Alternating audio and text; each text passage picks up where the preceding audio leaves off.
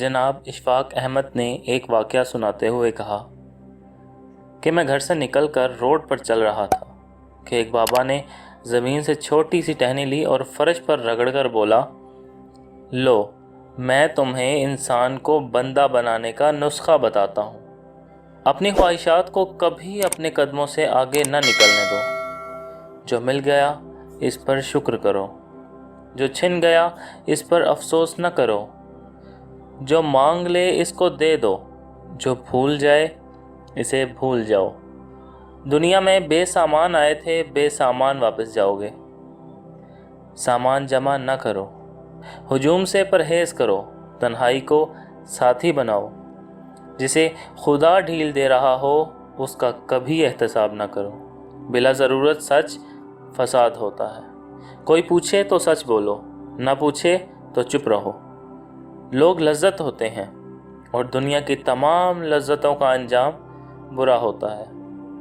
ज़िंदगी में जब खुशी और सुकून कम हो जाए तो सैर पर निकल जाओ। तुम्हें रास्ते में सुकून भी मिलेगा और खुशी भी। देने में खुशी है, वसूल करने में गम। दौलत को रोकोगे तो खुद भी रुक जाओगे। चोरों में रहोगे तो चोर हो जाओगे। अल्लाह राज़ी रहेगा तो जग राज़ी रहेगा। वो नाराज़ होगा तो नेमतों से खुशबू उड़ जाएगी। साधुओं में बैठोगे तो अंदर का साधु जाग जाएगा। तुम जब अजीज़ों, रिश्तेदारों, औलाद और दोस्तों से चिढ़ने लगो तो जान लो अल्लाह तुमसे नाराज़ है। और तुम जब अपने दिल में दुश्मनों के लिए रहम महसूस करने लगो तो समझ लो तुम्हारा खालिक तुमसे राज़ी है। हिजरत करने वाला कभी घाटे में नहीं रहता। बाबे ने एक लंबी सांस ली। इसने मेरी छतरी खोली, मेरे सर पर रखी और फरमाया, जाओ, तुम पर रहमतों की ये छतरी आखिरी सांस तक रहेगी। बस एक चीज़ का ध्यान रखना, किसी को खुद न छोड़ना, दूसरे को फैसले का मौका देना। ये अल्लाह की सुन्नत है। अल्लाह कभी अपनी मखलूक को तन्हा नहीं छोड़ता, मखलूक अल्लाह को छोड़ देती है। और ध्यान रखना, जो जा रहा हो इसे जाने देना, मगर जो वापस आ रहा हो इस पर कभी अपना दरवाज़ा बंद न करना।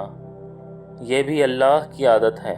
अल्लाह वापस आने वालों के लिए हमेशा अपना दरवाज़ा खुला रखता है। तुम ये करते रहना, तुम्हारे दरवाजे पर मेला लगा रहेगा। इसके बाद मैं वापस आ गया और मुझे इंसान से बंदा बनने का नुस्खा मिल गया।